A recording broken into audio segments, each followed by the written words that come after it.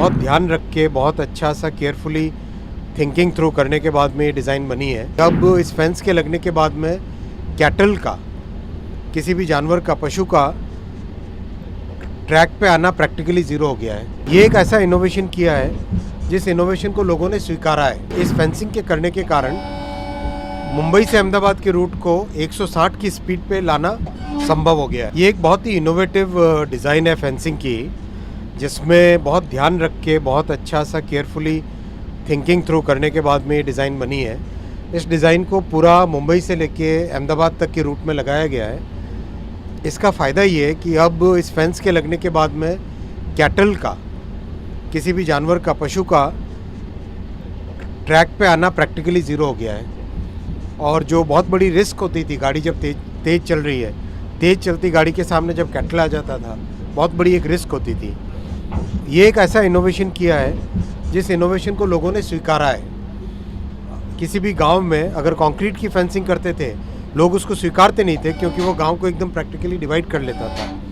इस फेंस की डिज़ाइन को सबने स्वीकारा है और इसको और आगे लेके जाएंगे। अब इस फेंसिंग के करने के कारण मुंबई से अहमदाबाद के रूट को 160 की स्पीड पे लाना संभव हो गया है। काफ़ी काम हो गया है, ओवरहेड इलेक्ट्रिकल को चेंज किया गया है। 160 की स्पीड के हिसाब से ज़्यादा करंट चाहिए होती है, 800 एम्पियर करंट चाहिए होती है, तो OHE को चेंज किया है। ट्रैक में जो कई जगह पे कर्व्स थे, उन कर्व्स को सिंपल किया है, स्ट्रेट किया है। ट्रैक का पूरा स्ट्रक्चर भी चेंज किया है, कवच भी लग रहा है इस रूट पे। तो इस तरह से करके ओवरऑल जितनी भी चाहिए हमें 160 की स्पीड को लाने के लिए, वो सब आ रहा है। और इस फेंसिंग के कारण प्रैक्टिकली मुंबई से अहमदाबाद के रूट पे ज़ीरो कैटल का आना हो गया है। 4 बड़ी रिक्वायरमेंट्स है।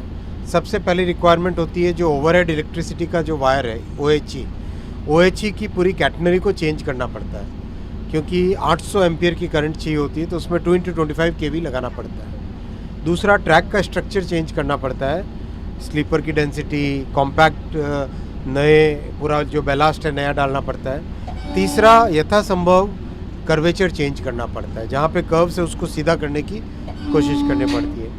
चौथा, कवच की ज़रूरत होती है, क्योंकि 160 की स्पीड से लोको पायलट कभी भी फिज़िकली सिग्नल को देख नहीं पाएगा, इसलिए ज़रूरी है कि उसमें लोको पायलट मतलब ट्रेन का प्रोटेक्शन ऑटोमेटिक हो, तो कवच उसमें ज़रूरी है। तो इस तरह से 4-5 चीज़ें हैं जिससे कि 160 पॉसिबल होता है। अब दूसरी जगह भी लगाएंगे, बहुत जल्दी एक वर्कशॉप करेंगे जिसमें देश भर के सारे कंस्ट्रक्शन डिपार्टमेंट्स को लाया जाएगा। और वेस्टर्न रेलवे का ये जो एक्सपेरिमेंट है, इस एक्सपेरिमेंट को सबके सामने प्रेजेंट किया जाएगा। प्रेजेंट करके सबके व्यूज़ लिए जाएंगे। व्यू लेने के बाद में एक बार इसको स्केल अप किया जाएगा। CEN न्यूज, देश प्रदेश की ताजा तरीन खबरों के लिए CEN न्यूज को सब्सक्राइब करें और रहें पल पल की खबर से हर पल बाखबर।